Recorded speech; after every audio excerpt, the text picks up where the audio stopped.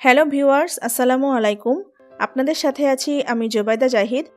আজকে আমি আপনাদের সাথে শেয়ার করব দারুণ স্বাদের ফুলকপির পাকোড়া রেসিপি। আশা করি আপনাদের ভালো লাগবে। আর স্পেশাল থ্যাঙ্কস জানাই সবাইকে যারা আমার চ্যানেলটি সাবস্ক্রাইব করেছেন।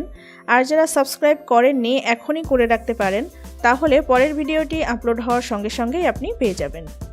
তো চলুন ভিউয়ার্স, চলে যাচ্ছি মূল রেসিপিতে। ফুলকপির পাকোড়া তৈরি করার জন্য প্রথমে ফুলকপিগুলোকে আমি সিদ্ধ করে নিব। ফুলকপিগুলোকে সিদ্ধ করার জন্য মিডিয়াম হিটে চুলায় ফ্রাই প্যান বসিয়ে এতে পর্যাপ্ত পরিমাণ পানি দিয়ে দিচ্ছি। এখন এর মধ্যে দিয়ে দিচ্ছি পরিমাণ মতো লবণ। লবণটাকে আমি পানির সাথে মিশিয়ে নিচ্ছি। পানিটা বলক চলে এসেছে, এর মধ্যে আমি ফুলকপিগুলো দিয়ে দিব। ফুলকপিগুলো আমি ধুয়ে এভাবে এরকম টুকরা করে কেটে নিয়েছি। এখন আমি ফুলকপিগুলা এর মধ্যে দিয়ে দিচ্ছি। আমি এখানে 1 কেজি পরিমাণের একটি ফুলকপি নিয়েছি। এখন আমি ঢেকে দিচ্ছি, বলক আসা পর্যন্ত ঢেকে দিব। ফুলকপি বেশি নরম করে সিদ্ধ করা যাবে না, তাহলে কিন্তু পাকোড়া তৈরি করার সময় এগুলো ভেঙে যেতে পারে।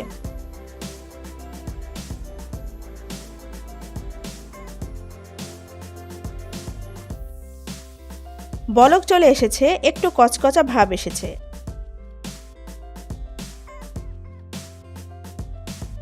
এখন আমি এটাকে পানি ঝরিয়ে এভাবে উঠিয়ে নিচ্ছি।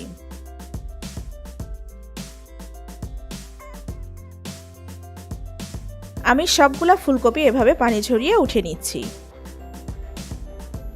এখন আমি একটি পাত্রে বেসন নিয়ে নিচ্ছি হাফ কাপ পরিমাণ। দিয়ে দিচ্ছি হাফ কাপ পরিমাণ চালের গুঁড়া।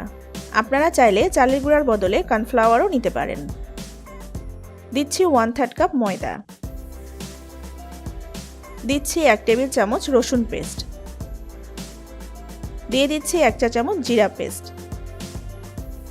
দিচ্ছি 1 চা চামচ লাল মরিচের গুঁড়া। আপনারা আপনাদের পছন্দ মতো ঝাল কমিয়ে বাড়িয়ে নিতে পারেন। দিয়ে দিচ্ছি হাফ চা চামচ হলুদ গুঁড়া। দিচ্ছি 1 চা চামচ ধনিয়া গুঁড়া। দিচ্ছি পরিমাণ মতো লবণ। দিয়ে দিচ্ছি 1 চা চামচ বেকিং পাউডার। সবগুলা ইনগ্রিডিয়েন্টস ভালোভাবে নেড়েচেড়ে মিশিয়ে নিচ্ছি। এখন একটু একটু করে পানি দিয়ে আমি একটা গোলা তৈরি করে নিব। পানিটা নর্মাল টেম্পারেচারে আছে, আর একটু একটু পানি দিলে কনসিস্টেন্সিটা সুন্দরভাবে বোঝা যায়। আমি আরেকটু পানি দিয়ে দিচ্ছি। খুব সুন্দরভাবে এভাবে নেড়েচেড়ে মিশিয়ে নিচ্ছি।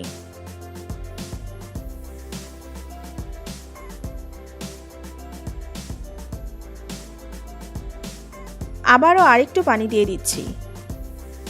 নেড়েচেড়ে পানির সাথে গোলাটা মিশিয়ে নিচ্ছি। গোলাটা খুব বেশি পাতলা হবে না, আবার খুব বেশি ঘনও হবে না। গোলাটা তৈরি হয়ে গেছে। এখন চুলায় একটা ফ্রাই প্যান বসিয়ে এতে পরিমাণ মতো তেল দিয়ে দিচ্ছি।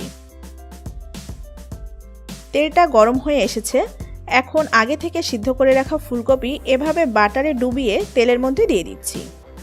আমি একে একে ফুলকপিগুলা গোলাতে ডুবিয়ে দিয়ে দিচ্ছি। এটাকে কিন্তু সময় নিয়ে আস্তে ধীরে ভাজতে হবে।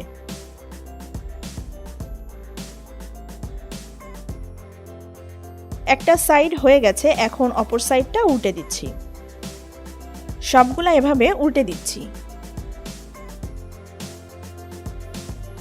ফুলকপির পাকোড়াগুলা ভাজা হয়ে গেছে। এখন আমি তেল ঝরিয়ে ফুলকপিগুলোকে উঠিয়ে নিচ্ছি।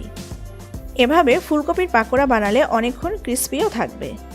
ভিউয়ার্স, তৈরি হয়ে গেল আমার দারুণ স্বাদের ফুলকপির পাকোড়া।